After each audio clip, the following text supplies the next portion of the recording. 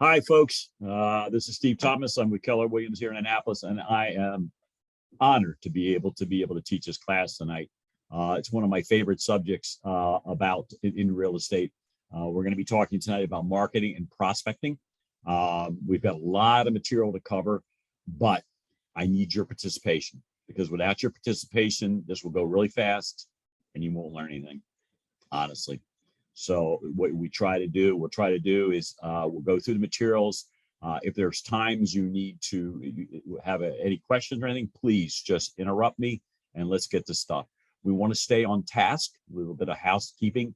We do want to stay on task. That means we want to make sure that we stay within the material. And sometimes we may go down rabbit holes. If we go down rabbit holes, bring me back, because sometimes I'll go down that rabbit hole right with someone. So if we kind of get off target, help me out, get me back on it. So we're going to go ahead and get started. So we have two segments tonight. One is going to be, as I said, it's going to be on marketing and then prospecting. We will take a break after the first segment of about 10 minutes or so. We'll judge it by how the first session goes. A couple other things.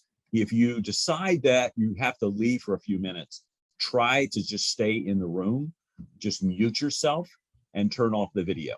The reason is if you leave the room entirely and try to come back in, I may miss seeing you come back in. And because I get going and I miss it. So try to do that. I know sometimes it does happen, your internet connection goes down, et cetera, but otherwise try to stay in the room. Okay, so what we're going to do tonight, this first section is going to be on marketing. We're going to be talking about the difference between marketing and prospecting. We're going to examine the different ways that you market, and you're going to learn to identify the characteristics, the pros and cons, and also some cases. We're also going to take a look at some marketing in command for those of you that haven't been exposed to that much to it. But I got a lot of cool surprises, because I got some other stuff that's not in command that's going to really help you with your marketing and also help you with your prospecting. No, it's not KW stuff, but it's going to help you anyway. All right, so what we're going to focus on today, we're going to focus on growing your business and running your business, okay? So lead gen is what we're going to be talking about tonight, okay? I'm sorry, lead gen and growing your business in the marketing aspect. So we're going to talk about marketing and, okay, here we go. Skills to spark a great career. All right, we're going to lead gen for buyers and sellers tonight. We're going to talk about that. That's how you grow your business, okay? You need to have seller listing presentations and get listings. Listen, guys, doing your listing presentation 3 days before your first listing appointment, that don't help you. You've got to create it now. And this is the best time to create it, because you're just getting started. You're not really enrolling with a lot of business where you're going to say, I don't have time to do this. It's important to get this stuff out of the way. Make buyer presentations, the same thing. You've got to have those in advance. Preview real estate.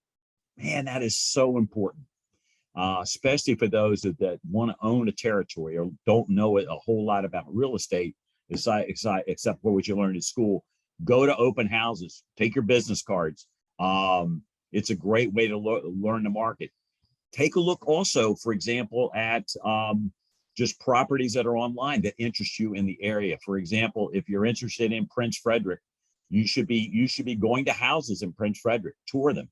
There's all you have to do when you go into showing time to set up an appointment is just say that you're previewing it for a buyer, and that's what you're doing. So preview it. Running your business, you've got to learn how to market your sellers' listings. You've got to show buyers houses, negotiate contracts. All these things are very, very important aspects. Okay, so marketing versus prospecting. So what is prospecting and marketing? Okay, marketing is is money intensive. It's passive, has long-term results. Prospecting and then it's prospecting time intensive, proactive, and immediate results. So anybody can give me an example of marketing that you think is pretty high level. Doesn't have to be in real estate. What company does marketing well? McDonald's. McDonald's. Okay. Who else? Say a lot of contracting companies do pretty well with it. Their signs, their decals on their cars and things like that. Okay. I love Chick-fil-A. the little cards that they got zipping around town. They're marketing as they're delivering. Absolutely. Marketing is also very passive. Okay. Very passive. What does that mean? It's very passive. Not in your face. Exactly. It's not in your face. Marketing gives you what are called long-term results. Okay. So an example of that would be postcards. Do postcards work? What are other agents that have been telling you in the office? What do they tell you about postcards? Or have they told you anything? My mother's been a realtor for 42 years, and she said that postcards have been very successful for her. Absolutely. Because here's the thing with postcards. It only takes one. It only takes one postcard to pay for all the months that you've spent money. That's all it takes. So this is a great way. But the thing with postcards is it has to be done over time. Long-term results. Okay. 6 months, 8 months, 9 months. That's when you start seeing returns. So if you send out your first batch and you don't get anything back, that's typical. It's very rare. Here in Annapolis, we do what's called the golden letter. Some of the other KWs may also do that. Same thing. It's long-term marketing. Long-term. It is money intensive, but it does pay off. Other examples. Door hangers. Door hangers are great. Really great. Even if you're scared to door knock, you don't have to door knock with these. You can just use door hangers and put them up. Let's say you have an open house, put it out in the neighborhood. Put your business card where, when. All right, prospecting, time intensive, proactive, immediate results. What are some examples of prospecting? Going to social events and kind of getting your name out there and having conversation with other people. That's prospecting. Absolutely. Anybody else? I keep hearing farming over and over. Okay, farming, and we're gonna talk about farming tonight. Absolutely, farming is very, very, very important, and I'm gonna show you some great ways to farm this evening. Okay. All right. Well, take a look at this. So if anyone ever says to you, how do I go about getting customers? There you go. Prospecting, both, and marketing. So let's take a look at prospecting first. All right. And we'll shift over to the marketing tab. Prospecting is phone or face-to-face.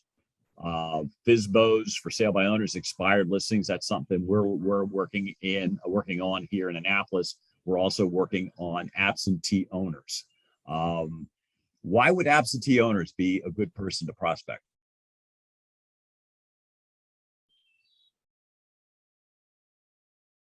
Equity. Equity. What happened the last 2 years in the rental market? Nobody was paying their rent. So what is probably at this point, and what we're finding is, and I belong to a lot of Facebook groups with owners of properties, is they want out, because after 2 years of not getting rent, they're done. And so absentee owners are a great group. Circle prospecting, you can see all the different types of circle prospecting, from recently sold, recently listed. Great way to prospect is to circle prospect around a new listing. It doesn't have to be a KW listing. When I was an active agent, I circle prospect around the top agent in Maryland. His name is Bill Franklin with Long and Foster, because he owned Prince George's County. He owned it. And so what better guy to circle prospect around was that guy. So it doesn't have to be a KW. It can be somebody else. Community outreach, charity, volunteer work, key relationships, corporations, builders, banks. I was talking to someone earlier today, and we were talking about making use of allied resources. Allied resources are people that you want to do business with. For example, if I want something printed, I can go to a national print company, or I can use the local print shop. That's probably going to be around the same price. And he's going to remember me when it comes time for him to buy or sell, or maybe somebody else. Farming, geographic and demographic. We're going to talk about how to farm tonight also. Open houses, looking at marketing. Man, look at all the different ways you can market. Radio, TV, newspapers, bus stop benches. Now, someone said to me the other day, well, why are bus stops? Why would you advertise at a bus stop? Because those people can't afford houses. What's wrong with that argument? They That's could need false. a house in the future. I mean, they need a house in the future, and someone else said something? I was Go gonna, drive. Go ahead, Go Amber. ahead. okay, I was gonna say that's false because some people just commute that way. They may have a house. You don't know their circumstances just because they choose to take public transportation. Absolutely. And there's one other key piece. I drive by it. There it is. Drive by it. Best place to advertise or own a business is at a stoplight and a bus stop. You can get so much business off, and bus stop advertising is pretty cheap. There's also a new thing called Blip Advertising, which I don't know if you've seen. That's on billboards, you know, the digital ones. You can get digital billboards that you can afford for not that much a month. They're short ads, or they're going to go maybe 10 seconds every hour, but it's a way to get yourself out there. You can see all the different relationships, both under the marketing. Look at some of the other stuff there, magazines, billboards. What do we have in command that can help you as far as your marketing? Social media aspect of it. Yeah, a lot of social media stuff. You can create newsletters there, buyer seller guides. Then you go, look, here we go. We're talking about the direct mail. Not only do I keep on my desk I keep thank you cards, same thing. When I see something that I like, whether a customer has done something or someone on Facebook, we do what's called 555, which is 5 likes, 5 direct messages, 5 comments a day. What I do is I try to send out 3 to 4 of these a day, and it works. It really works well. Okay. So how do you know where the customer is, and how do you meet them? How do you know where your customers are, and how do you meet them there? That's on page 5 of your guide. How do you know where the customer is, and how do you meet them there?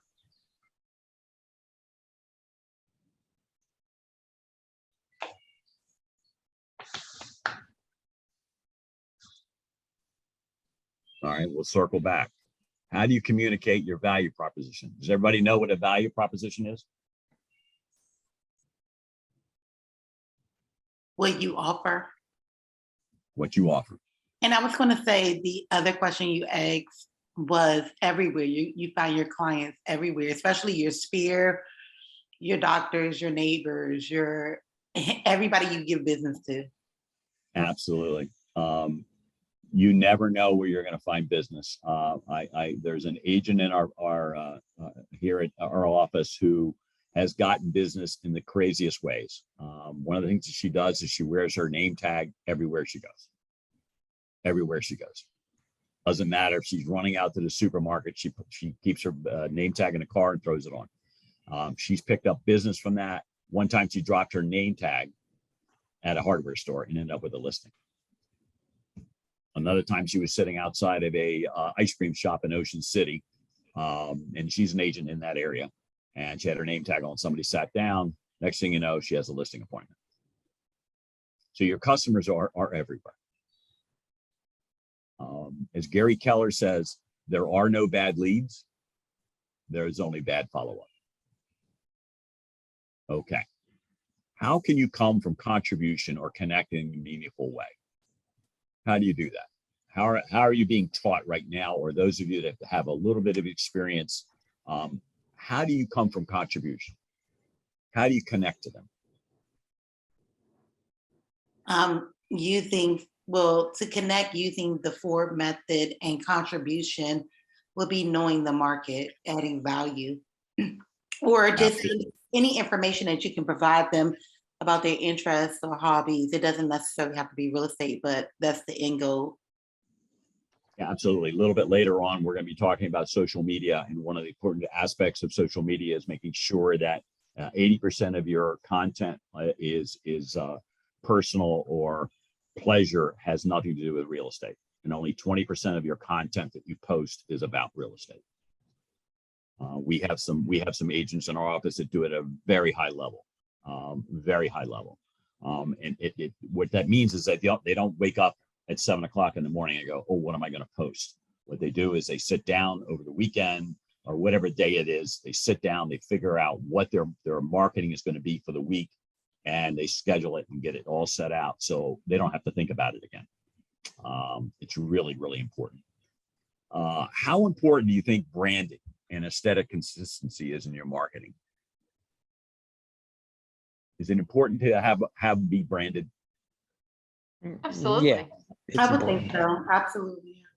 How are you at this point now? You're getting started, and I'm sure one of the things that you're being taught by your PC coach or your team leader is how are you establishing your branding? What are you doing right now? What are some of the things that you're doing to establish your brand? Reading- No, go ahead. Someone else.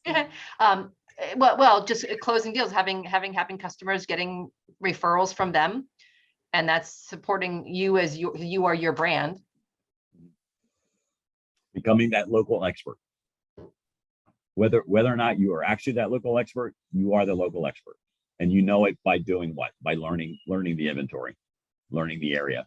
I talk about this all the time when I go on listing presentations, or I'm working with a buyer for the very first time. One of the things that I do, I arrive early. For example, listing appointment, I'm a half hour early, and I drive around the neighborhood. So when I'm sitting there talking with the person, I know the area somewhat. I'll give you an example. I did a listing for a property down near Sandy Point, and last fall, had never been even on this road. And one of the things that I did, I drove around and I found this park. It was a really cool park, and I drove around, looked around. So I would go to the house. And so one of the first questions I always ask the person on a listing appointment is, so what about this house do you think is gonna help it sell? And she goes, oh, the park next door. Mhm. I was like, oh my God, I love that park. Now, I had never seen that park before, but I did love it. I was there. But all of a sudden there was a connection. And that's where you do. You came from contribution and you connected. And now with the branding, if they hopefully they've seen your stuff out there and they know who you are. Okay. How do you follow up with leads right now with leads? How are you following up with leads that you've been getting? Smart plans. Smart plans. Okay. How is that working for you? Well, my brokerage, which is KWPP, Keller Preferred, Keller Williams Preferred Properties, we're doing a shred event. So I have literally everyone on my data bank instead of database, my data bank. I have everybody on the shred event. So that's one way. And then I'm going to make phone calls to ensure that they receive the information and to see if they're going to be attending. I like that. Like a shred event's a great idea. We've talked about it here. Yeah. We have coming up, one of the ways we're doing is we have a yard sale coming up in 2 weeks. And so what we're doing is asking all the agents and friends and whatever to give us stuff that we can sell at our yard sale, and all the money's going to go to KW Cares. That's a win-win. So we're going to get rid of stuff in our house that we don't want, like the golf clubs that I'll never use again, whatever. And so that's a great way. Shred event is, I understand, is a really very highly successful one, and you will pick up a lot of business from that. You'll get a lot of leads from it. Very, very important. Anybody else? How are you following up with your leads besides smart plans? Any other way? I pick up the phone and call. There you go. It's not hard, is it? It's not hard. You know, I know a lot of agents are leery about it, but you that's our business. And one of the things we talk about doing is, if you come from value, you come from contribution, it's not that hard to then pick up the phone. I'll give you an example. So I mailed this postcard to Kurt, and 3 days later I call Kurt and I say, Kurt, did you get my postcard? It's not a cold call, is it? It's not a cold call. And it takes away a little bit of that thing, you know, that I don't want to do this. Like we do it with the golden letter. We do the same thing with the golden letter. We have a smart plan built for it that we got from Command. In addition, we also have different ways that we communicate them. I lost my train of thought. I apologize. So that's how we're doing it. All right, take action. What we're going to do is we're going to stop sharing the screen just for a second, so I shift to some different areas. Bear with me.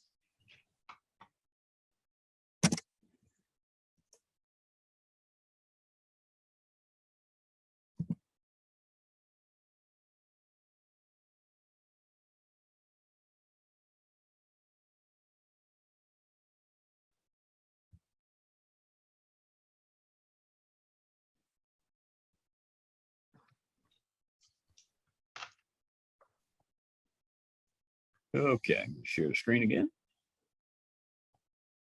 Okay, has everybody been diving into Command? How's that going for everybody? Learn new stuff every day. Every day. We learned about opportunities today, didn't we? Oh, we did. Here we go.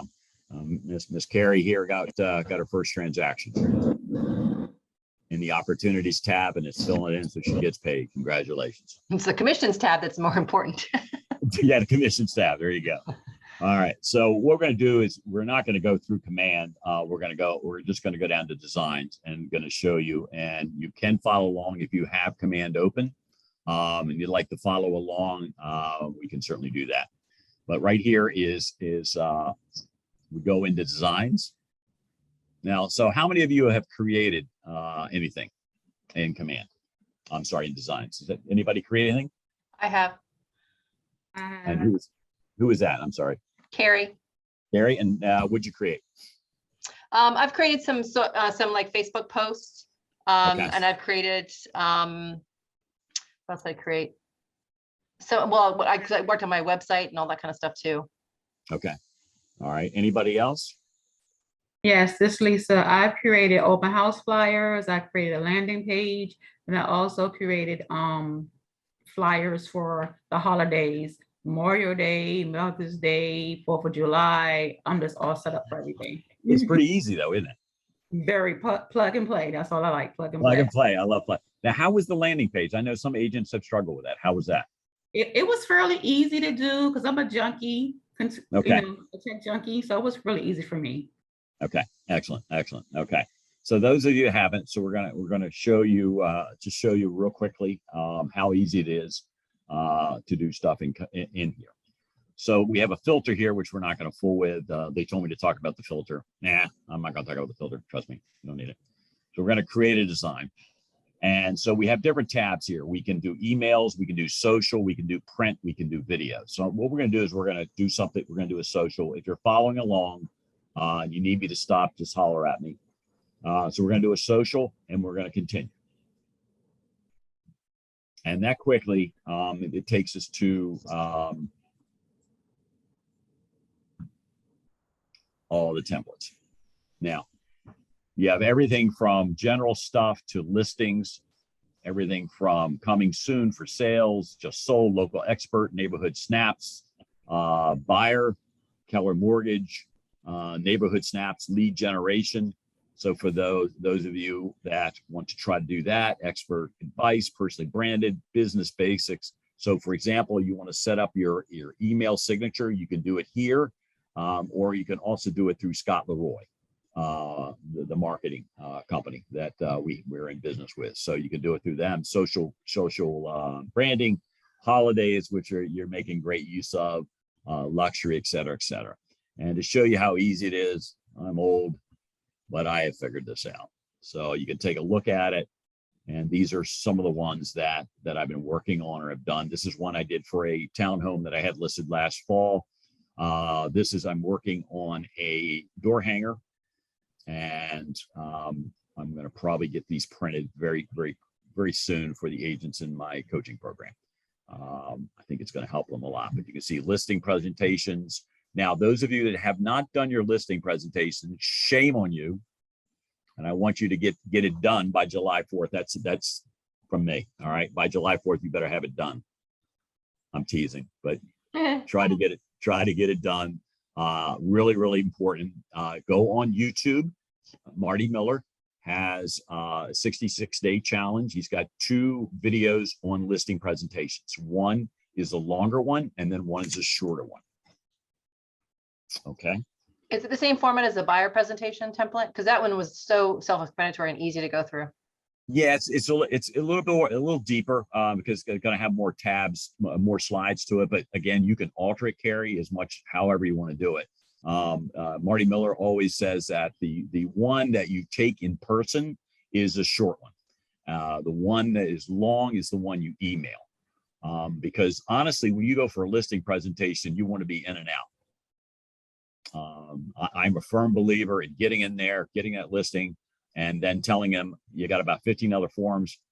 We're going to circle back and get those back to you, but we're going to get this listing going so I can get my marketing started. And that's usually the way I do it. So again, it's very, very easily to do. And I'm just going to show you how easy. So let's say for coming soon, we have an agent in our office that just got a nice listing, and he just did a kick. Can't say the word. Get a kick job on his flyer for his thing. So right here, it's really easy. You can replace the pictures here. You can load your stock. You can add different assets from your pages for your Google Drive. So for example, you have something from your Google Drive that you want to load, just click here, Facebook pages, stuff from there. You can just add it and just drive it all up through there. It's very, very easy to do. Okay. All right. Any questions about designs in general or how they work? There's a question in the chat. Oh, there is. Okay. Thank you very much. Okay. Yeah. The door hangers can be printed either through command. They have an arm that does that, a marketing printing arm, or you can print those, download it as a PDF file and take it to your local printer. He's going to love you. Now, you got to be sure that they have the punch out for the door hangers. Some print shops don't have it. I know we had a situation last year that the company had to go out and buy the punch for it, and they wanted a guarantee that we would buy so many if they bought the punch. And we were like, never mind, we'll find somebody else that's got a punch. So most of the local, I'd say in some of the more urban areas, you're going to find a print shop that's going to have a punch to do it. But you can do it online.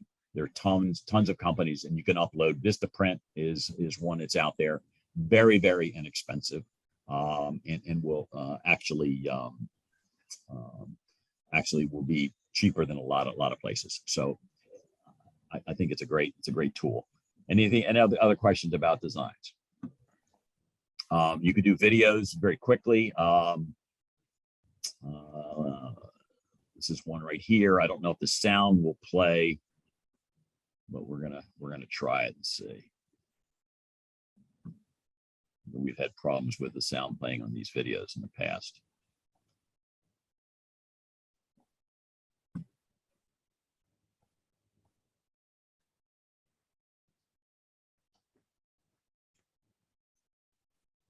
Okay, so it's not going to pop up. So anyway, nice little video. Takes like less than a minute to put it together. You can do it by specific, by neighborhood. So for example, you can, let's say you live in Easton, Maryland, or you live in Towson. Give me a neighborhood in Towson, for those of you that are up near Towson. Roland Park. Okay. You can create a video just for that specific neighborhood.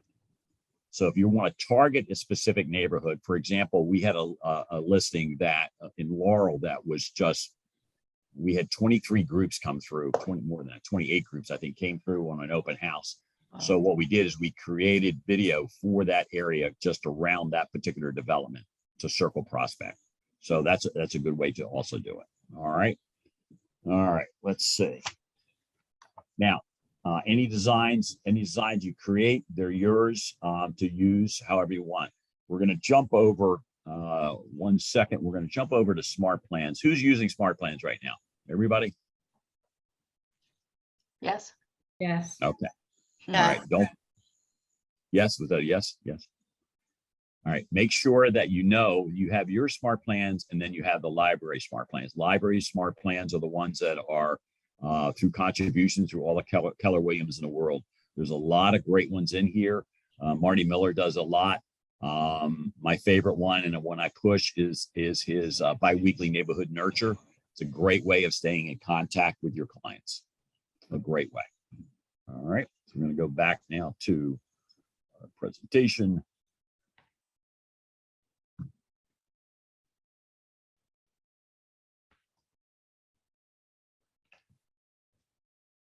Okay, so we took a look at the designs. There's all kinds of different things, templates you remade, rename and save, access your saved templates. Your tech person, your tech ambassador in your office can help you with any of this kind of stuff. It won't be a problem. All right, so we're going to take a look at this this image, and this was created by Josie Ambroise. What do you think of the purpose of this piece is? Open house. Okay, anybody else? To get buyers to come, potential buyers to come to the open house. To Okay, show, maybe to show how the layout of the actual house is. It has so many different views you can see. okay. Anybody else? I just say it looks very professional and very well done. And so if I was a person who was going to sell my house, I'd think, wow, maybe they can make my house look like that. You know? Yeah, I absolutely love this photo. I just think it's an amazing use of seeing the entire downstairs. And all the different colors and textures are just amazing. If I see this, I'm going to this open house. I'm definitely going to the open house. Now, how would you use this method of this picture? How would you use it? What are some of the ways you would use it? Facebook. Facebook? On everything. On everything, yeah, yeah. There's definitely something to be said about that. One of the things that you can do also with something like this is circle prospect around your open house. I often use a technique of saying to people, you know, hey, listen, I'm inviting you to this open house. Yeah, I know you live here, but guess what? You can help me choose the next neighbor your next neighbor by coming in and take a look at the house and tell me what you think of it and see if you know anybody that might want to live in the area. Sometimes for open houses, what we do is we do an hour before the open house for the neighbors in the neighborhood. And we'll do something special for them. I've done Friday night. I had a listing last fall. We did Friday night happy hour. And we use these kind of cards to go around the neighborhood to show them. I think it's a great thing. So you want to keep stuff like this in mind when you do it. Now, there's one important piece of this that I didn't mention. What do you think that is?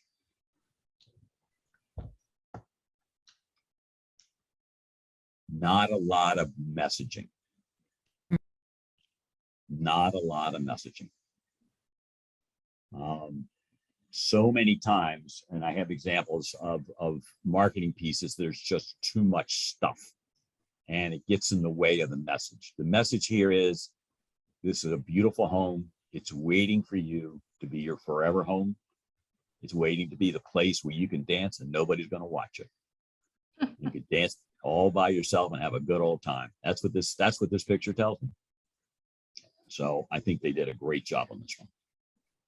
All right. Now, this is what's called a snap, a neighborhood snap. What does that mean to you, neighborhood snap? It's like a snapshot. And A what's a snapshot. snapshot tell us? A What's it tell us? A snapshot. quick, just a quick briefing about how many, like, the area, pretty much, what's going on in the area. Right, exactly. You can set these up in designs and send these out to your clients, both as emails, postcards, flyers, smart plans, however you want to do it. These are great. They self-generate when you create them in command. So you don't have to do this over here. You don't have to figure out the listing price, total pending. It'll do it for you. Sometimes there could be a little bit of an error once in a while. So if you know your market, you can kind of look at it and go, that's a little off. But I really like this one. What do you think? What do you think about it? Do you think it's a good piece? Absolutely. Definitely Because looks like an what appealing is it- neighborhood. What's that again? So it definitely looks like an appealing neighborhood. Yeah. Gives you a sense of the price. It gives you the price, shows you what's active, pending, square foot, and I love this. Things are heating up in Gem Heights. Excellent job. Excellent job. So the purpose of what do you think the purpose of this one is? It's to create interest, but it is not about one property. So what does this piece do? What does this piece do for you? Because it's not talking about a specific property. Amber? I was going to say getting leads, getting people who are interested in actually selling. If you're farming that area, selling in that area. If you're looking for buyers, to buy in that area. So you're really giving them quick details that they can know about the area and a beautiful picture. Yeah. I've been doing some reading recently, and some of my people that I really respect in this industry have been talking about where we've had it wrong the last 2 years. And meaning we go after listings, but we should be going after buyers. Why should we be going after buyers?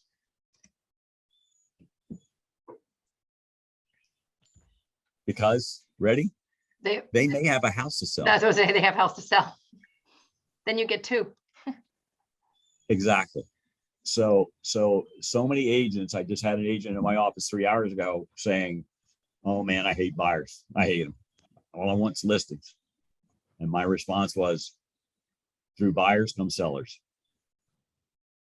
And believe me, there are a lot of buyers out there that will also have a house to sell.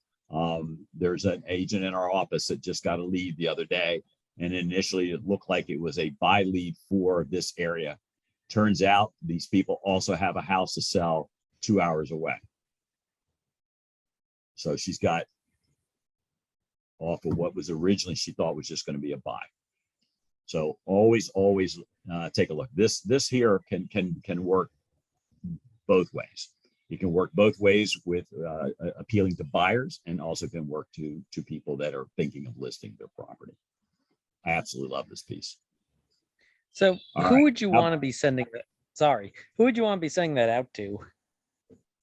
People you're going to be prospecting, for example, either in your sphere of influence, or if you're prospecting and using the stuff that we use. Remember talking about high sell scores, a certain amount of equity in their property, and then targeting a specific area. We're going to be talking about that prospecting in the second session after our break. So we'll dive deep into how you find them. Okay. All right. Okay. So let's take a look at this one. It's all in the details. What is this message saying? What is this flyer or postcard saying to us?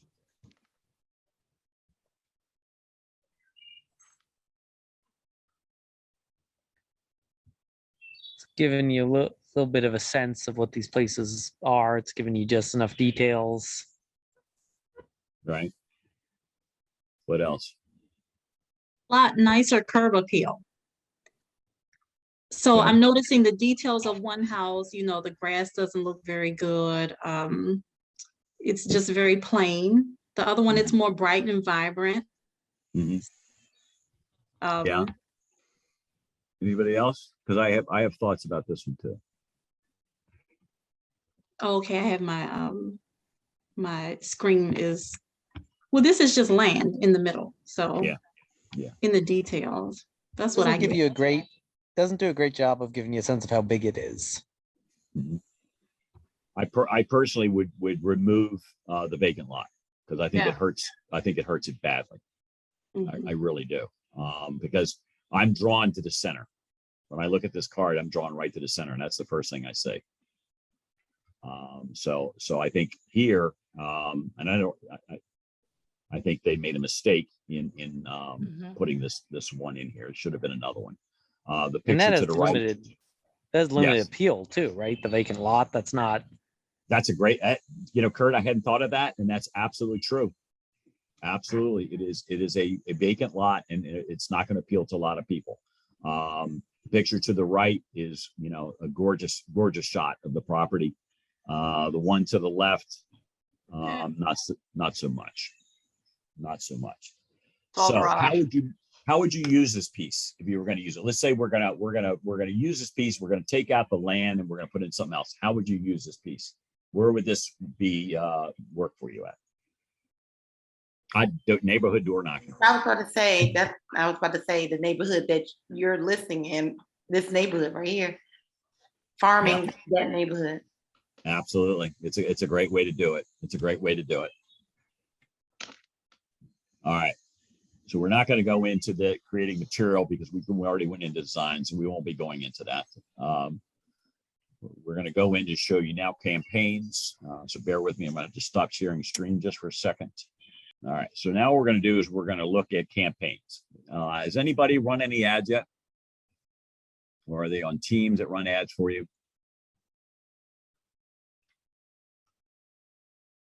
Okay. New agents, listen to me. Spend $30, and I promise you, you're going to get some leads. $30 is all it's going to cost you. I'm going to show you how we do it. We run ads through Facebook and Instagram through command. Again, this has to be through command to take advantage of the pricing. So what we do is we create these ads, and then the leads are then are sent out. But for example, here, if you ran this ad yourself, all right, I ran it for 10 days. We spent $18, and we got 13 leads.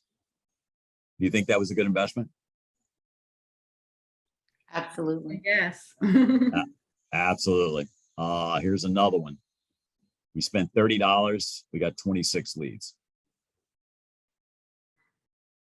And that's all it's going to cost you. Very easy to create campaigns. So we're going to show you that, and then we'll be taking we'll be close to a break. Now, do those leads automatically get updated back into command? Yes. What happens? Yeah. What happens when the lead comes in is you'll get a notification on your phone, and you'll also get a notification on your command on the laptop. The bell at the top will show a notification. Show you the bell right here. So right now, I had a lead that came in 8 hours ago, and an agent has already picked it up. So that's how that works. Okay, so creating ads are very, very easy. Okay, so creating a campaign. So we're gonna do a social ad, a paid ad. So there's different ways to go. We can advertise listings. We can attract listings. Advertise multiple listings, but to show you how easy this is, I'm just going to advertise a listing. Does it have to be yours, Steve? it has to be either yours or you have to get permission from it has to be a KW agent that will allow you to advertise the listing. How does that conversation go? Hey, Jim, I was looking at your listing on the one I was going to use 123 Trail. I was wondering if you had any opposition to me running an ad for it.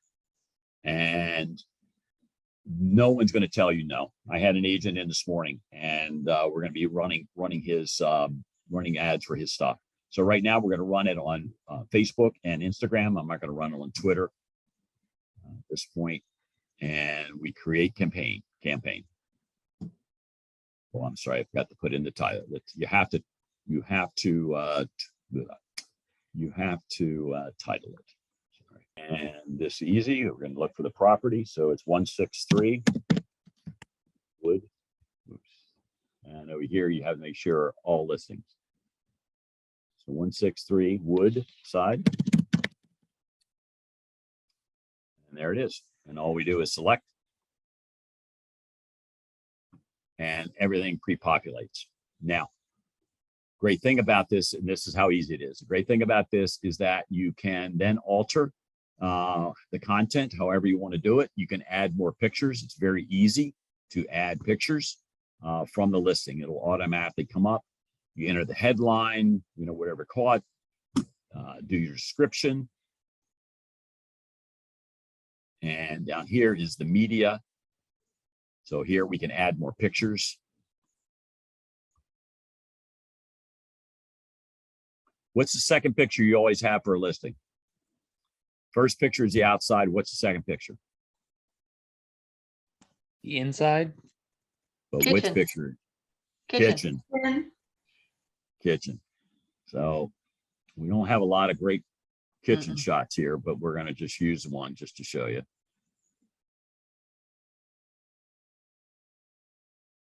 And it's added a second. You can add as many as you want. You can add videos, et cetera, et cetera. Now, here's the important thing down here is page. You have to use your business page. So if you haven't created a business page, you need to do that tomorrow because you cannot advertise without a business page.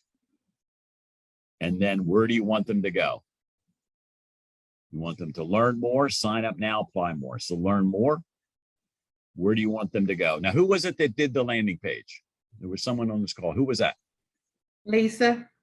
Lisa, now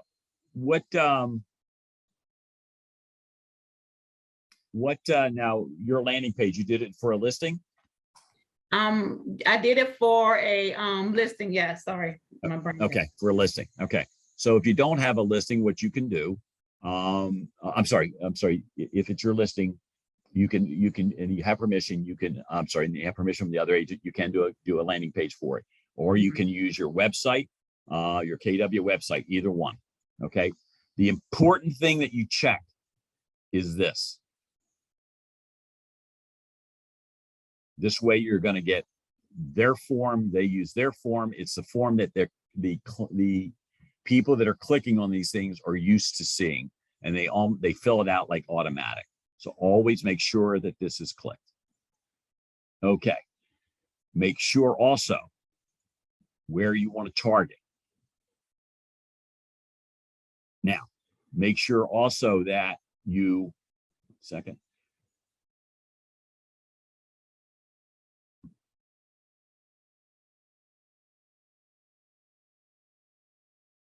You select your tag. Make sure you do that.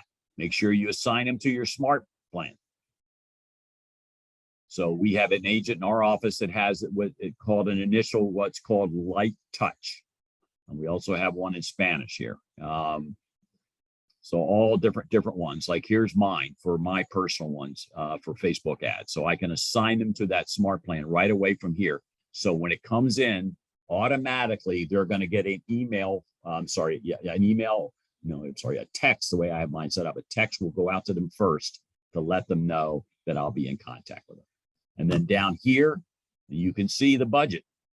It's $30 for 10 days. You can't beat that. So you will have had to have created that smart plan in advance of creating this campaign, right? Yes, that is correct. That is correct. That's Now, the great thing is that there are smart plans that that are worldwide that you can use.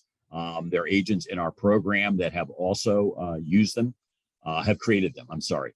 Like we have one, an agent, Tim Sisson, is the name. The plan is under. His is a 10-day light touch. So as soon as he gets a lead, a email goes out right away to let them know that he's going to be in contact with them.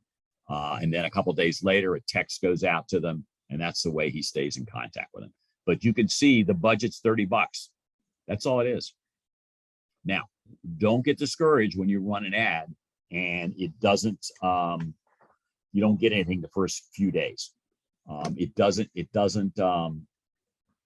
It's weird the way it works. It's usually about day 5 or 6 that all of a sudden the leads start coming in. And then about day 8 or 9, they come in like really fast. And that's where we get some of the ones that are 30, 40 type of 30, 40 leads. You can use campaigns also to do social posts also, as some of you have talked about doing. So now it's almost time. Yeah, I think it's time for a break. Are there any questions about what I've gone through so far today?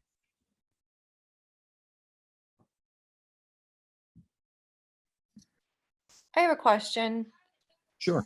If you're running an ad for somebody else's property, what kind of verbiage would you use to attract them to open or click on that property and get them to engage and learn more about the property if you're not representing the property?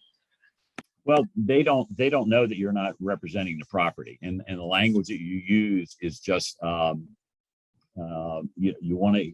I like short and sweet descriptions in my advertising. I used to work for a team that I thought we were just, the verbiage was just way too much and people didn't get through it. Simpler, I think, is better. So for example, I'm doing an advertising for a property that starts tomorrow, and the description is basically, let this be your forever home. And then I put in there some of the highlights of the property, but very, very simple. I think there's 250 words, letters were used, and I think I used about 80. I keep it simple because I think it's better, because we can only have so much time to grab their attention. That's why. And if you're familiar with bounce rates on websites and stuff like that, it is the amount of time that a person spends on the page before they leave. And so we want to try to get their attention, and we do that with shorter clips of information.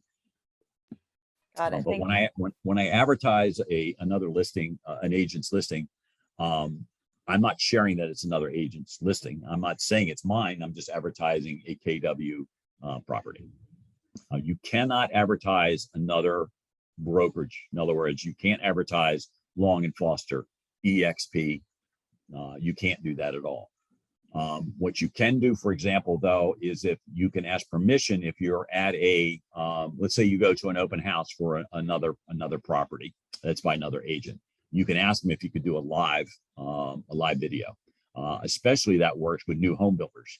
Go to a new home builder and go chat with them and say, hey, look, I'd love to do a live Facebook video about Tri-Point Homes in this great community that you're building here in Millersville.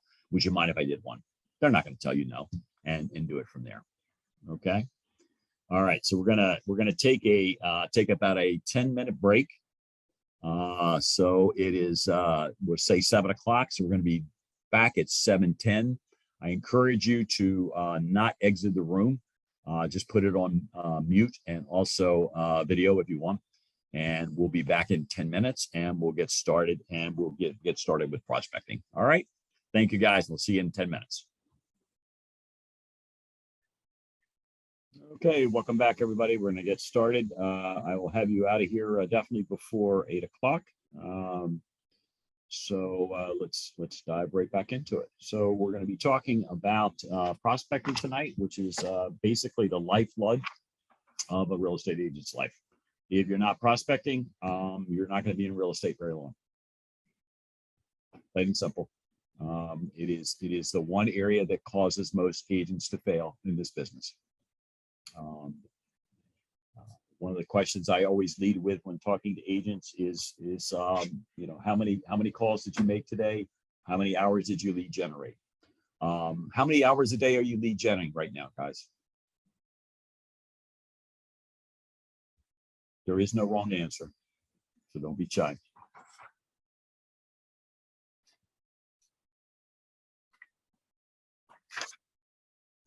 So I take it we're not lead generating. I don't know how to answer that when I'm just talking to people in person. Because I Okay. have talked to some people in person. I've given my card out, but I don't know how to answer that in an hour. Yeah, lead genning is a purposeful 2-3 hours a day trying to get business, prospecting for business. And as I talk about to folks that I work with, is if it's not on your calendar, you're not prospecting. You and I both know it. You have to do it 2 to 3 hours every single day, except 1 day a week you can take off, or 2 days a week you can take off. There's an agent that taught Bold. It's not an agent, he's an operating partner. He taught Bold about 4 or 5 years ago. And one of the things that came out of that was he hates prospecting. And this is a millionaire.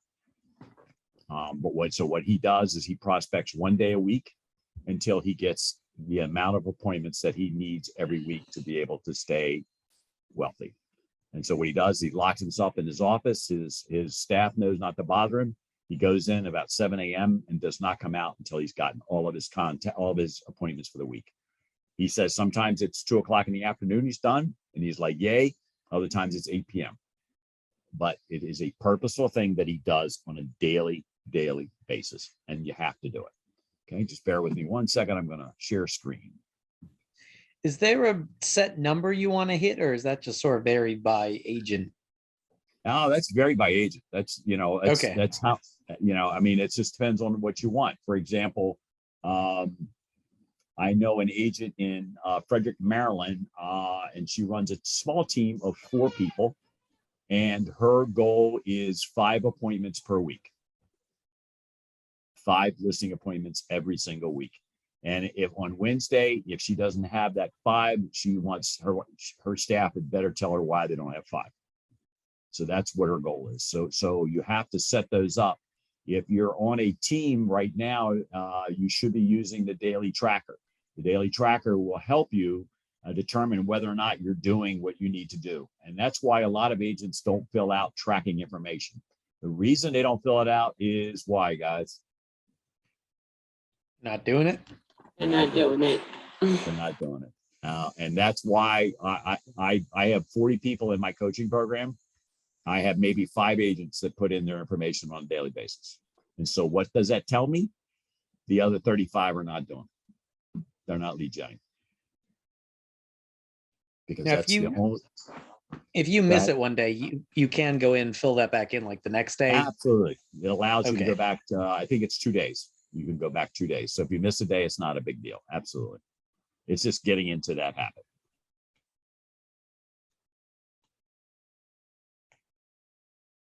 Okay, so prospecting is, you know, how we grow our business. Absolutely. You got to lead gen. Without lead gen, like I said, you're going to be back working at Best Buy. You're going to be back working for the government, or you're going to be back working in that office that you couldn't stand. Connect prospecting to lead generation. All right, so this is the funnel. Funnel is pretty simple. What is the funnel? You should have 2 to 3 funnels going at any one time. Anything more than that, what happens?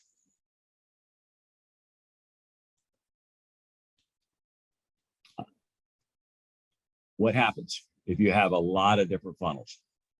It becomes unmanageable. Correct. It becomes unmanageable. I'm going to give you a hint right now how to start your career. It's called the 12-week year. This should be required reading for every person. It doesn't matter if it's sales, doesn't matter if what you do in your life. This book will help you. What this does is say, we're going to just concentrate on the next 12 weeks. That's all we're going to do. That's all we're going to do. And we're only going to concentrate on 2 to 3 things. And so, for example, with funnels, you don't want to have more than 2 or 3 things. Now, what are examples of what could go in a funnel? What are some of the things that you've been talking to different agents in the office, how they prospect? What are some of the things that some of the funnels you can create?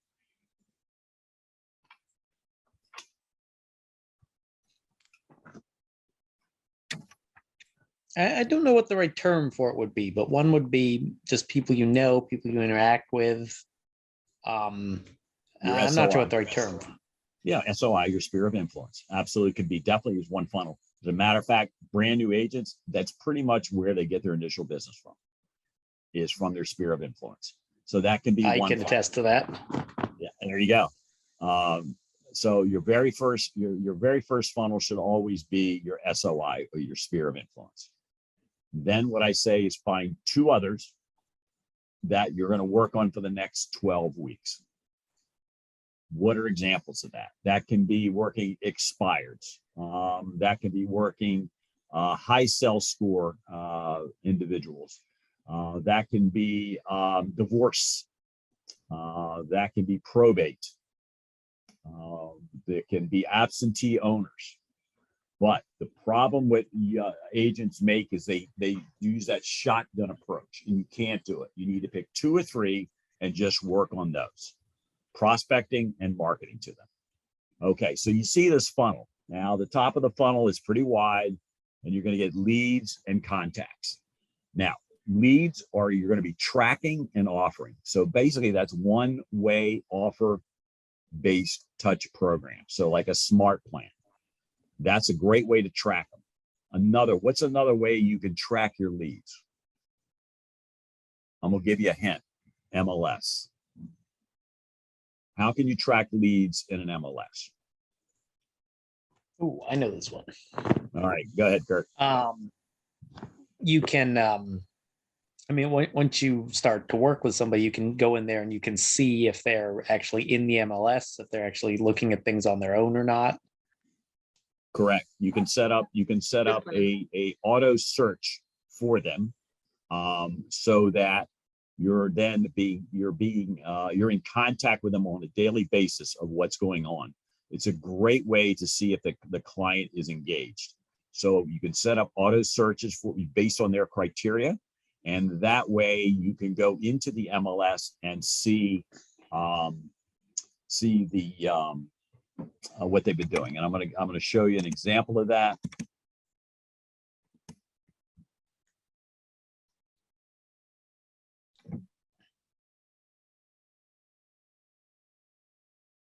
Okay, so right here, this is my MLS portal. So these are all people that I have set up on automatic drips.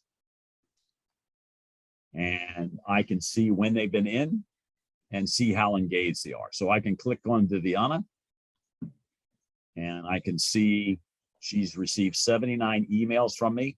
I can take a look and we can see that she was engaged. She was in there this morning. My stuff goes out early, 6:16 a.m. She viewed it at 6:55 a.m. What I can do then is I can go in, take a look at it, see what properties that I have set up in the search, and take a look at it. It's a great way of staying in contact with them. You can also leave them notes.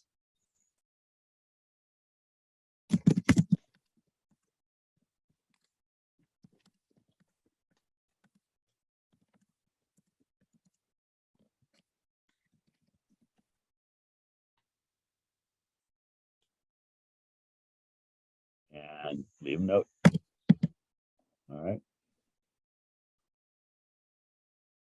You can set up new emails from there. So anyway, this is a great way to stay in touch with them. It's a great way. I'm going to show you a lot of others, but that's one way. So we're going to go back to our slideshow now.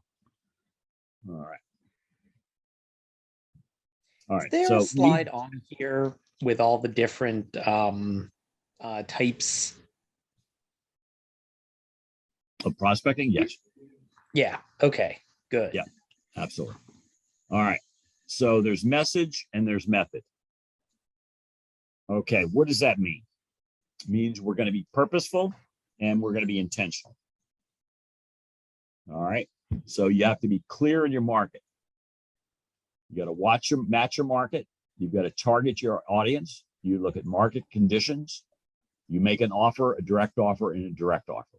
Method is prospecting and marketing, time blocking. That's what we were talking about. If you don't have it on your calendar from 12 to 2, I'm going to circle prospect or I'm going to prospect, you're not going to do it. Trust me, I know you're not going to do it. Stranger things is going to get in the way. So you have to sit down every day. I have one agent every morning. I know what he does. He goes, he locks himself in the office for 3 hours every morning from 9 to 12. He goes in. His wife knows not to bother him. The cats know not to bother him. He goes in there and he cranks out his prospecting. Really important to do. So remember that. So message and method. These are the two M's. You need to watch, as I said, match the market by tailoring your intended message to the sentiments and market conditions of the target group.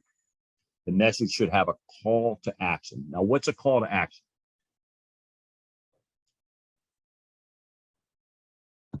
You're directing your audience to do something. Right. Call me now. Learn more.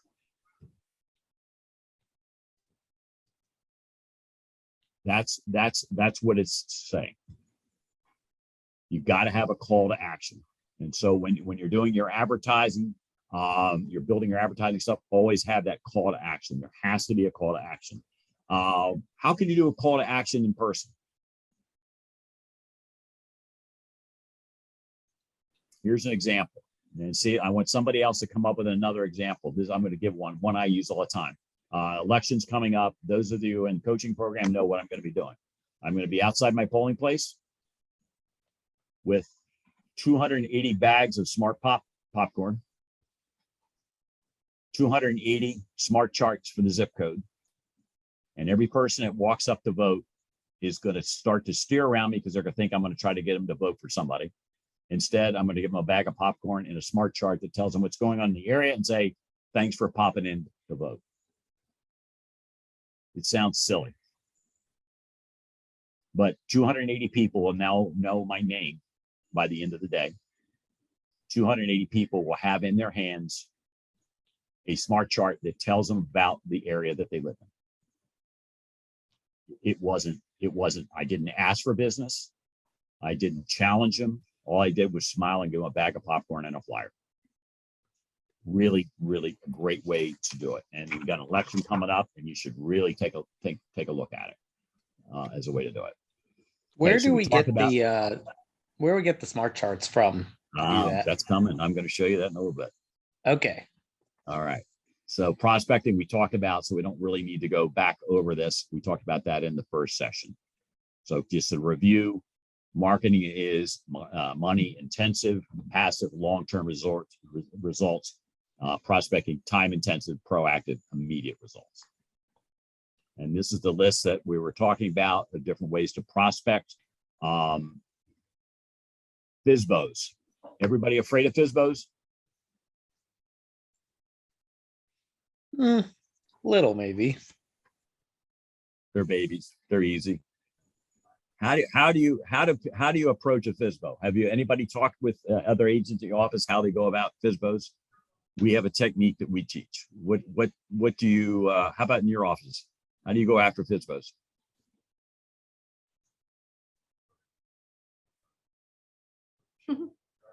You come from contribution. Mr.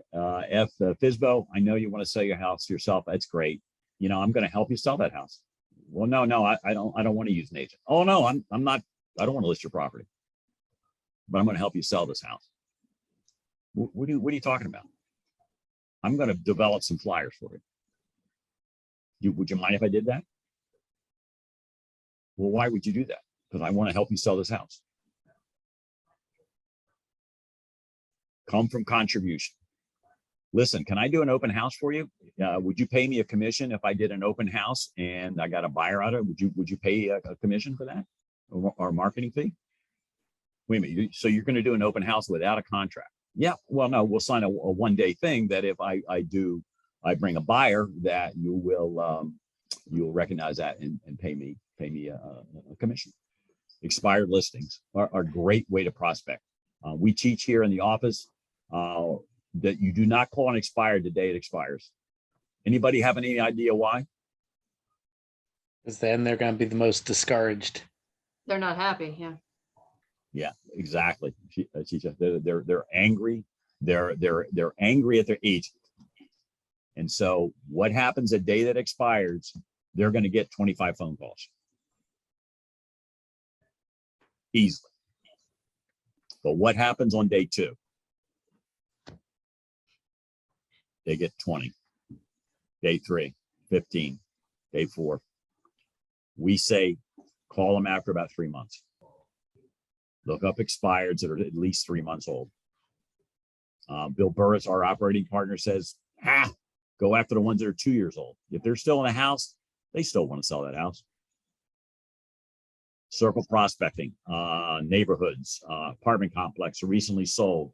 Leslie, you just did some circle prospecting. How did that work for you? I got a potential listing. There you go. Are they? That's great. Excellent. Now, how did you do? What was your purposeful? Was it around a listing? What was it about? How did you determine where you were going to go? It was around an open house, and I did some door knocking, and came from contribution, just updating the neighbor about the open house, and just I brought smart charts as well. I wanted to give them some updates on what's going on in the community in terms of real estate, and he just spit it out. He says, "Oh, I may be looking to sell my house soon." I said, "Oh, is that right? Well, I'd love to help you. I can give you a free CMA sometime. If you want to schedule an appointment, we can do that, and we'll keep in touch from there." So it worked out great. Yeah. You see, and would you circle prospect for about an hour or two? It was about an hour. Mhm. There you go. In an hour, and she got a potential listing appointment. I mean, that to me is a no-brainer. It is an easy way to do it. If you come from contribution and you come from the fact, we used to have a woman on a team that I was with that was fearless with door knocking. Was fearless every day. I would say, "Where's Robin?" And they would go, "She's knocking doors in Bowie." Every day she went out and she knocked doors 2 hours every single day. Every single day. All she was equipped with was her business card, her personality, and a smart chart. And we got more listings off of her doing that because she was fearless. She realized, as I'm sure any new agent is a little nervous about it, but there are ways to go about door knocking that we teach. And that is what really makes it work. You don't go banging on the door and say, "Hey, I want your listing." We always do it a whole different way. Community outreach, charity, volunteer work, Red Day. I hope all of you participated in Red Day. Red Day is an important part of who KW is. That's a great way to do it. And getting involved with local community organizations, the Anne Arundel County Food Bank, Baltimore City Homeless, pet shelters, SPCAs, so many different types of things. Key relationships, builders, corporations, teaching and speaking opportunities, meals, door-to-door canvassing. I know, speaking of meals, I know an agent that privately every week takes food to people who need food. And he never, ever, ever talks about it online, but I know he does it. And what he does is every once in a while, he will post online. If you know anybody that is struggling, please put them in contact with me. I'd like to help them out. That's all he says. And what he does is every week he goes to some weeks more, depending on when he has better settlements. He does more. Networking events, door-to-door canvassing we talked about, booths and kiosks. We have an agent in our office that just secured a booth at the the big firemen's and policemen's convention in Ocean City. Do you know how many tens of thousands of people she's going to be exposed to? It's costing her a lot of money, but trust me, it's going to pay off. All right. Deep dive into prospecting methods. This is where we're going to have some fun. I'm going to show you some stuff. So be prospecting based, marketing enhanced, door knocking, agent referrals, open houses, social media, door knocking. You approach, you act, you ask, you advance. Okay, what does that mean? You approach the door, they open up. I always take a step back. Hi, it's Steve Thomas. I'm with Keller Williams. I'm in the neighborhood today, and I just wanted to drop off this smart chart for the area just to let you know about what's going on in the neighborhood. Have a great day. That's usually the way I start. And that look, and they're like, wait a minute, he's walking away. And then I'll usually turn around. I go, you have any questions about that chart I just gave you? And that usually starts a conversation. But I always do the Columbo. For those of you that are a little bit older may remember the show. The detective always made a statement, then kind of walked away and then came back. And that's what I use because it diffuses the situation. Because there's when they open the door, they're especially if you're standing right there, that's why you stand back, is they're nervous of who this person is. Always have a big smile and launch right into it. Steve Thomas, Keller Williams, Select Realtors. I'm just here to drop off some information about the neighborhood. Here you go. And listen, if you know anybody that can use that information, and you notice I didn't say if you can use it, if you know anybody that can use that information, could you pass it on to them? And here are a couple of my business cards. Ask if you can contact them in the future. Say if you had a good conversation, hey, listen, would you mind if I stayed in contact with you? Listen, I got this neighborhood snap that I can set up for you that I'd love to share with you. It would be every couple of weeks, or I can even set up once a month to just get information about what's going on in your neighborhood. Would you like that? That's all you do. Very, very simple. Agent-to-agent referrals, really important. We're going to go into Command. I'm going to show you where all that is at. Agent-agent referrals are important to grow, maintain, and manage. I'll give you an example. Today, I got a phone call from an agent in Newtown, Pennsylvania. Called and said that she had a referral, has certain criteria for the agent. So we went through the criteria. I had an agent that matched the criteria. They had to be licensed in Virginia. Originally, they were supposed to be, it could be Maryland or Virginia, but in the conversations with the client, they are going to be Virginia. So I found an agent for that referral through this system. All right, Command referrals we're going to go into. And we'll go back to open houses in a moment. But right now, what I want to do is I want to go into Command and show you referrals.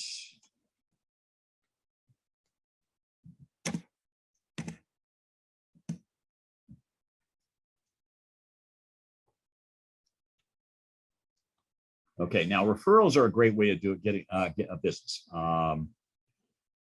I've done 7 or 8 referrals in the last 3 to 4 years. I've connected folks with agents in New Orleans, Scottsdale, Arizona, Philadelphia, Brooklyn, Delaware, Florida. So it's a great way to get additional business. So I'm going to show you where that is in Command. And so right here is referrals. So what I encourage you to do, and what you should do, is set up your referral network. Now, what is a referral network? What that is that's different folks in different areas that you want to grow your network in. So for example, let's say I want to, one second, I went to the wrong area, went to the map. So we go to Austin, Texas.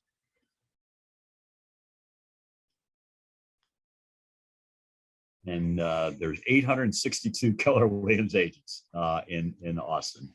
So let's say I know the particular area, which is near this is, we're going to say this area right here, and I can just drill down.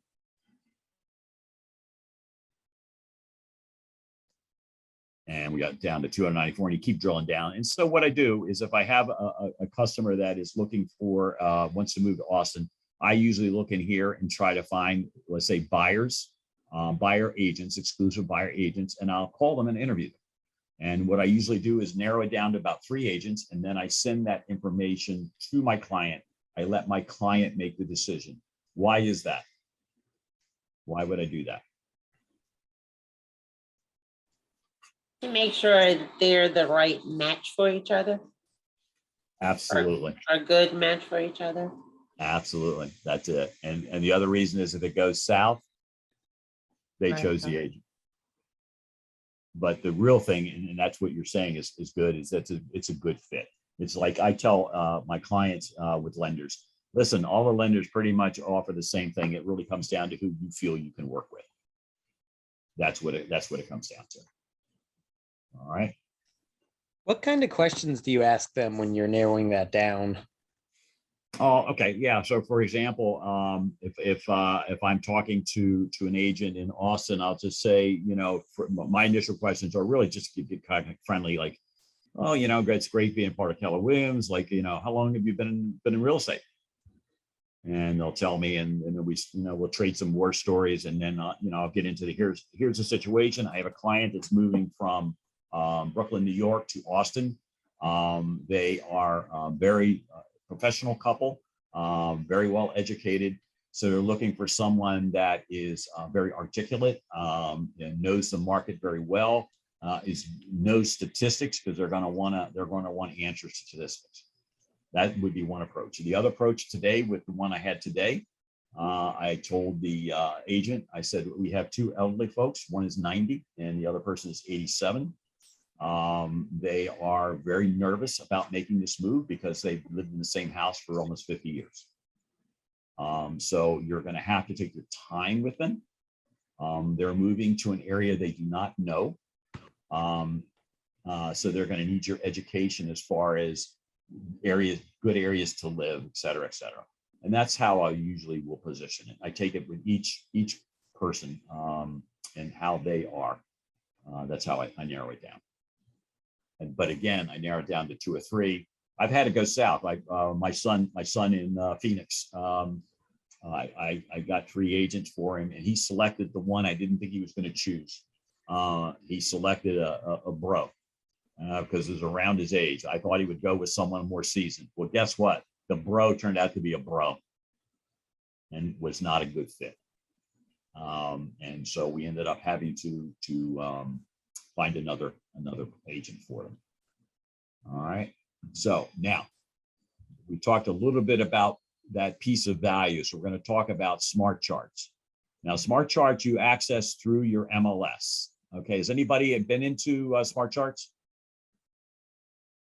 I know folks in Annapolis have been. How about you other guys? Have you gone into smart charts? No. Okay, so this is your value piece that you're going to use. I want you to print out tomorrow and keep in your car and keep on your laptop.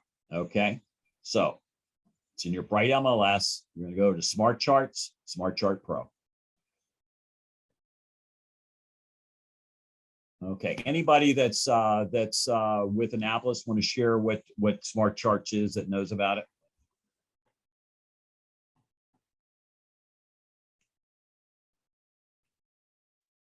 Okay, I will. All right. So what Smart Charts does is gives you a snapshot of the area. So we just did Bladensburg. Now this is what I'm going to take on election day to give out. So I'm going to click on reports,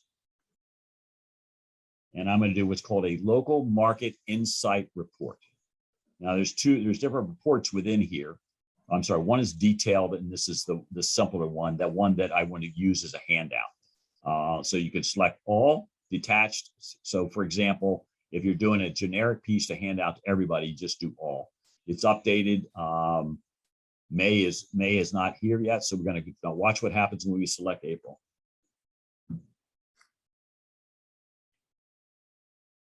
All right, branded to you with your email address, showing what's going on in the marketplace. So there's only 3 listings in Bladensburg. Average price is 315,000. Shows you the active listings, days on market. So anybody that tells you that the shift is coming, absolutely. But in this area, what is this chart telling me right here? What kind of a And market? they're not on the market long, less than a week. Right. So what is that telling us? It's a seller's market. Because right here is average days in market for Bladensburg. And right now, that's the 5-year average. Right now we're at 9. Average sold, look at this. They're selling for almost 4.5% above asking price. Is that a value piece to give to somebody who's thinking of doing a listing? Mr. Yes. Mr. Yeah. List, yes, it's Absolutely. huge. It's huge. These numbers right here, all 3 of these numbers, if I'm thinking of listing my property and you show me this, I'd be crazy not to list my house right now. Mr. and Mrs. Seller, I'm not telling you that you're going to get 4.5% above asking, but this is what is going on in the market. I'm not telling you that your house is going to sell in 9 days, but this is the 5-year average. All right. Anybody want to give me a zip code? Let's just try another one to show you. I'm in Hagerstown, Give me the zip code. 21740. Your office is in the mall there, right? Yes. Yeah, I've been there. Absolutely. Oh. I did a classroom there once. Oh, nice. All righty. So let's look at Hagerstown and watch what happens.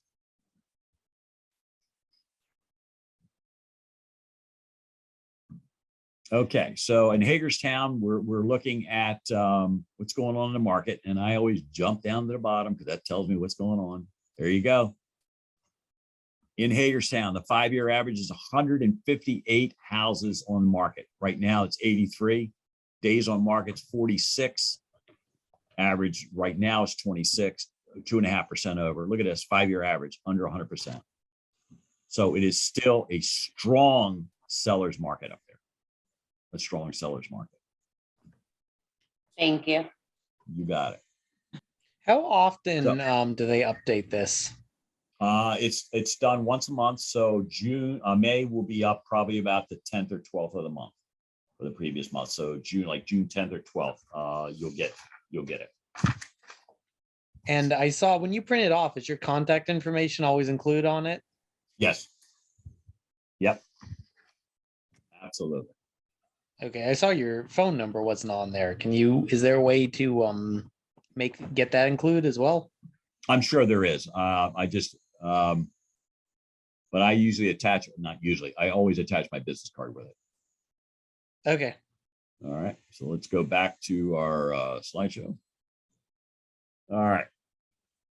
All right. So add contacts, follow up, stay top of mind. So we talked about that and showed you how you do that. Now, how do you prospect? How are you guys prospecting right now?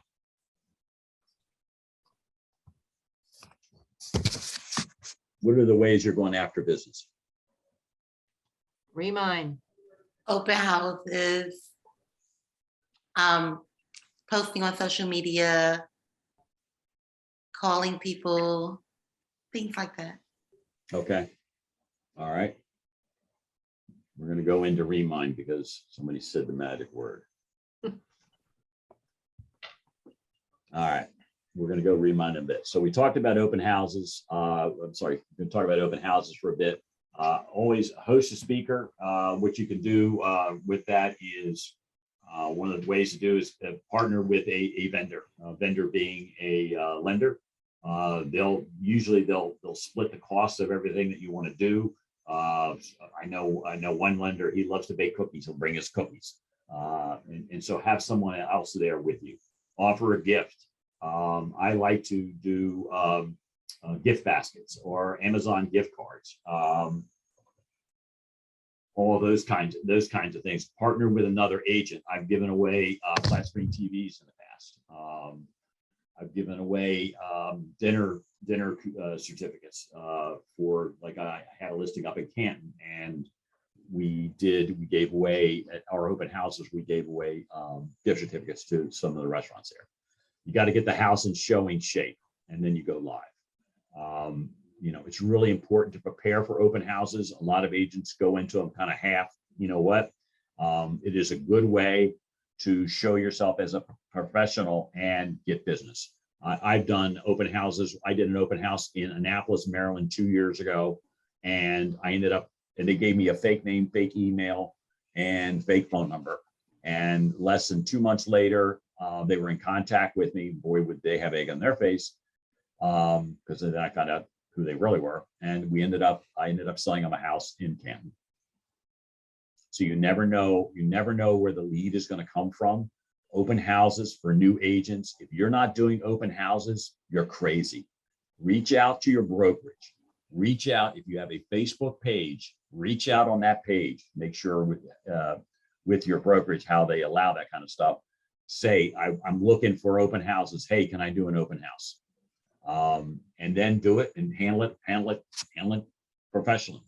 You can pick up a lot of business that way. I have over the years, and I have many agents that have been very successful at doing them. I know it's a weekend, but guess what, guys? That's our business.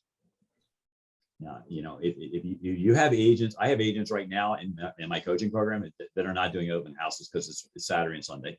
And guess what? In 3 years, they will not be agents. I guarantee you, they won't be agents. I have those fierce conversations with people in the program. So I'm sorry, that's the way it is. All right, social media, select, seek, share, service. All right, so what social media are you guys using right now?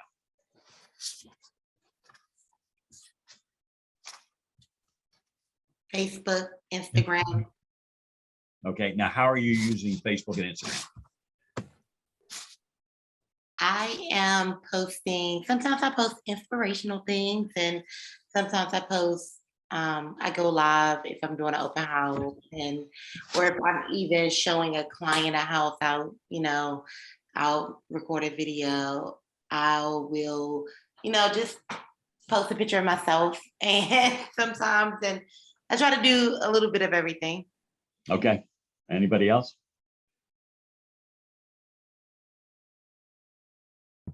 Yeah. I've been using TikTok as well, in addition to Facebook, Instagram. I have LinkedIn, I have Snapchat, I have all the social media, but the ones I focus on are Facebook, Instagram, and TikTok.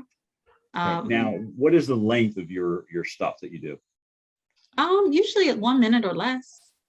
Okay. People don't have a long attention span these days on social media. You have to give them something good, or else they're gonna just keep scrolling. You have to make it quick. Yeah, I would encourage you to, those of you that are not on social media very much, as far as like TikTok and Instagram, it's very easy to do. It really is. You just have to, I have agents that just don't like the way they look, for example, on video. You know what I tell them? You don't have to be in the video. You can create content without being in the video. We did a challenge a few months ago in our coaching program where we had agents do TikToks. And of course I had to do one. And so what I did is I did a 15-second, took some stock footage that I had of an old guy waving his hat and smiling. And the message was, now that you're divorced and happy again, can I find you another house? It was 10 seconds. Then I did another one. And the other one was tired of living around people. And what happened is I was in the desert with my son and I did a video. I said, tired of living around people? I can find you a place where you don't have to see anybody. Those are the type of things, 10-second, 12-second, 15 seconds that will get you engaged with people. Those of you doing Facebook Lives, absolutely. It's a great way to do it. I'm going to show you a place that you can get free content and also content that you pay for. All right, this company is called Keeping Current. Keeping Current has free stuff that you can use.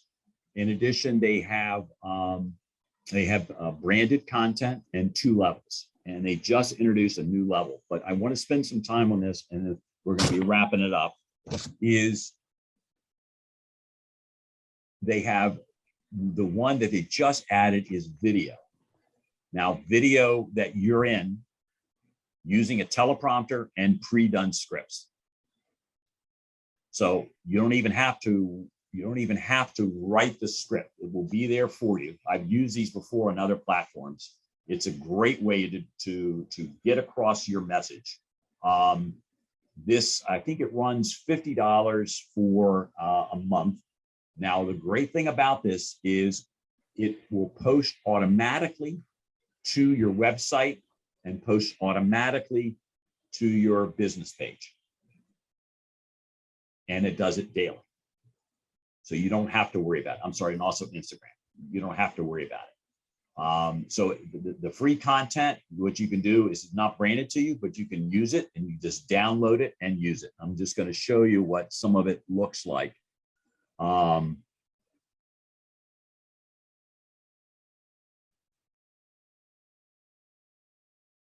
So you've got little graphics just like this.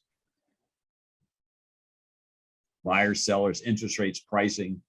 Then there's videos. And again, the videos will be branded to you at the end. And this one, I just ran an ad, and I'm sorry, the ad just started today. I've got an ad running today of this one, thinking of moving up this summer. And it started earlier today, and I've already gotten four people have contacted me through direct messages. So this is a great way to do it. Again, you have to be sure that you can do this type of thing. Like I said, it is free.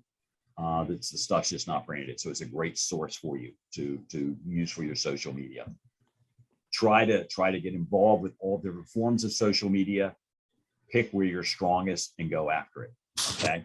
Now, in social media, we talked about that earlier, is make sure that you only talk 20% about business on social media, 80% personal. Really critical, really important. All right. Anybody having any luck as we're wrapping it up? Anybody having any luck with social media? Yeah. I've been having a lot of luck with social media, but I'm consistent. And what does consistent mean to you? What's that mean? Well, I have the Keeping Current Matters, and I have it posting once a day, every other day. And then I'll do 2 reels per week.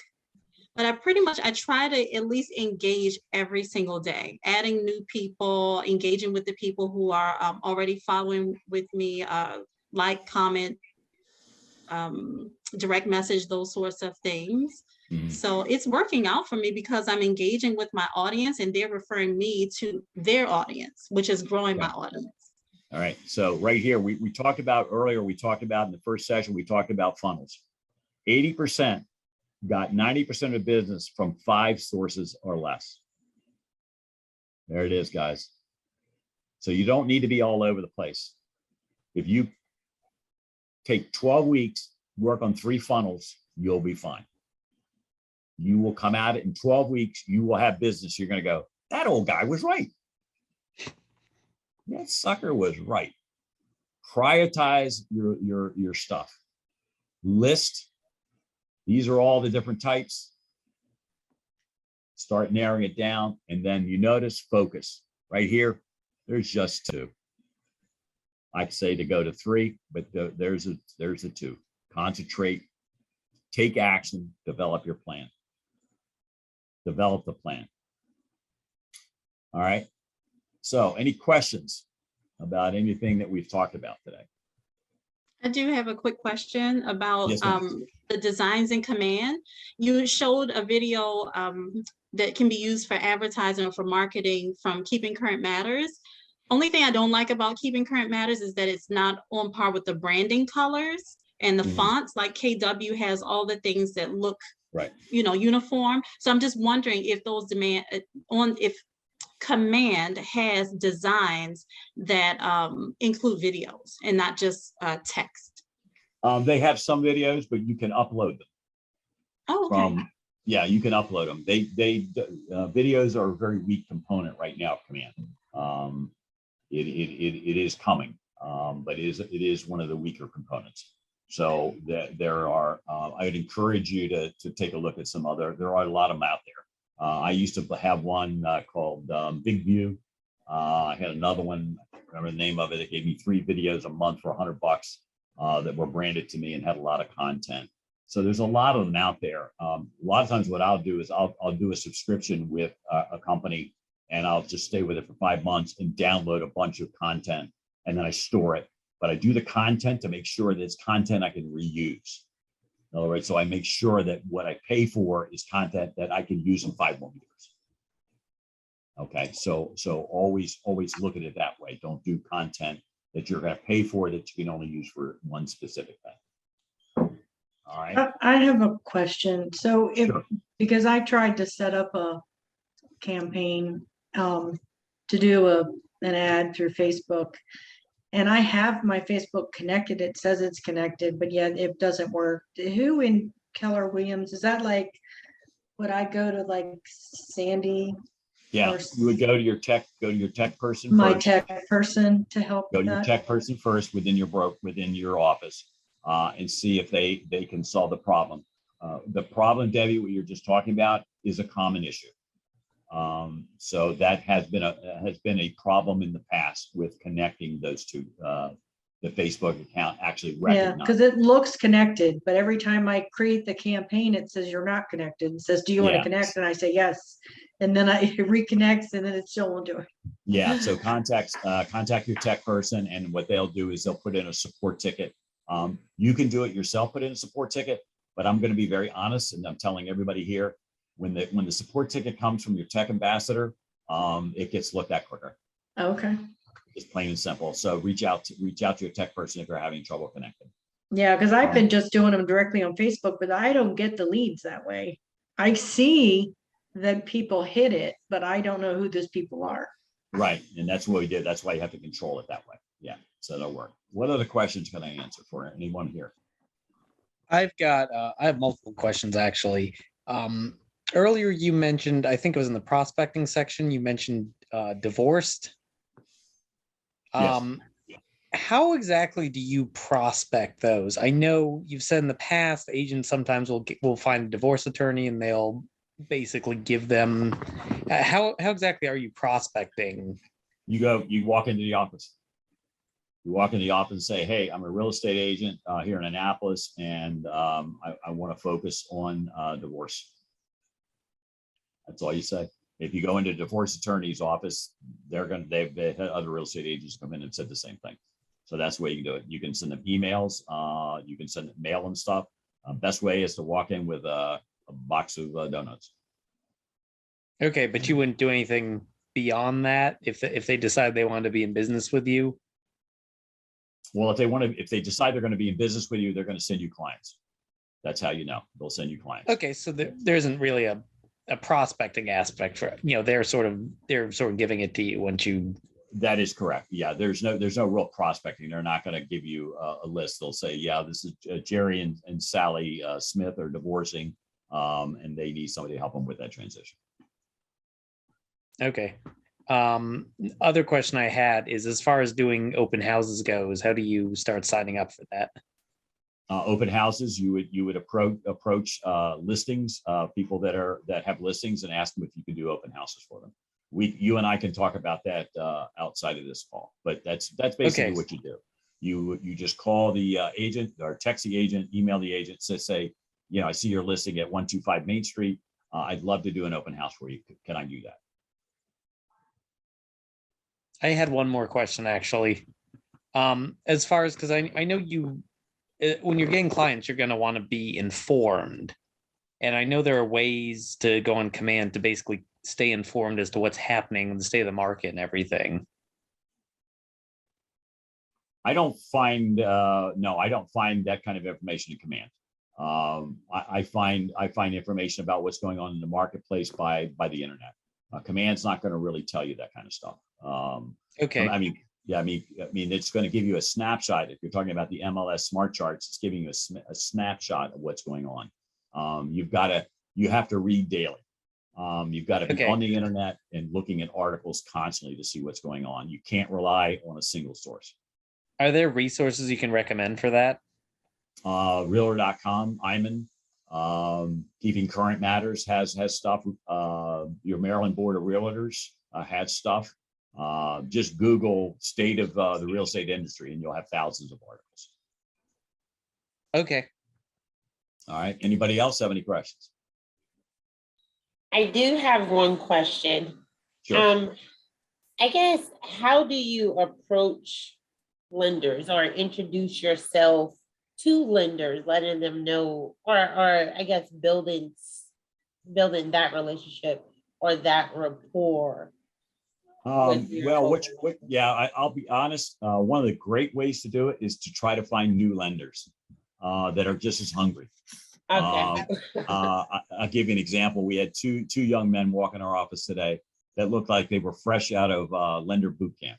Okay. And they were all dressed up in the ties and all, and you could tell they're brand new. That's who you want to work with. Okay. Because we have an agent in our office who's brand new. He's only been an agent for about a year, and he basically reached out to found somebody, a brand new lender, and now what they're doing is he's sending them clients, and that lender is sending him clients. Okay. So that's really how you do it. And yeah, if your brokerage, sometimes your brokerage will have a preferred lender. That's one way to do it. But honestly, I just kind of got, on my vendor list, of course I have our preferred lender, but I have other lenders that will work for us. And like I said, I have one agent, one lender that I've worked well with over the years, and he always provides stuff for my open houses. A lot of them will help you with postcards. They'll split the cost of the postcards with you, split costs of door hangers. I've got door hangers here. Those of you that want door hangers, you go to First American Home Warranty. They give them to you free. Nice. You just go on there and do it. Thank you so much. Sure. Now I have a question about how do I know when I'm in compliance? What do you mean by in compliance? How do I know when in basically if I'm in compliance with the fair housing. Oh, you mean when you're doing advertising? Right, when I'm running ads or anything. Well, I'll tell you how you know. Facebook will deny your ad if you're not in compliance. Okay. They review the ads. Every ad is reviewed, and it can take from 2 hours to 24 hours for them to review the ad. And they'll determine whether or not it's in compliance. There's a lot of great articles out there on that. Basically, when you're running ads, you have to make sure that it's from your business real estate business page. You have to be sure that it is from the that you are stating that it is for the sale or purchase of real estate. And those are all check boxes in that in the command campaigns that you'll go through, and it will check it off for you. You will check it off as you go down. And one of the last ones will be the compliance area. They don't call it compliance. It's just basically that you're making sure that they understand that you're advertising for real estate, and that will show it in compliance. Then when you submit it, they'll determine whether it's compliant. Also, within your office, you should have a compliance officer, and that compliance officer can also help you, or you may have a agent services person that can help you with that also. We have all that. We have that, and we have compliance, we have agent services, and we also have the coach. Now we'll take a look at your stuff. Thank you. All right. Anybody else? All right, we ran a little bit over. Good job, everybody. I hope you guys learned a lot. I enjoyed having the time to speak with you. If you ever need anything from me, as you know, Keller Williams comes from contribution, and there's my phone number that I'm putting in the chat. My email address. If you have any questions about anything that I went over today, if I didn't explain something and you want a little further explanation, please don't hesitate to reach out to me, and I'd be happy to chat with you. Okay. I want to thank you guys again. I had a great time, and it's time for cocktails. Have a good night.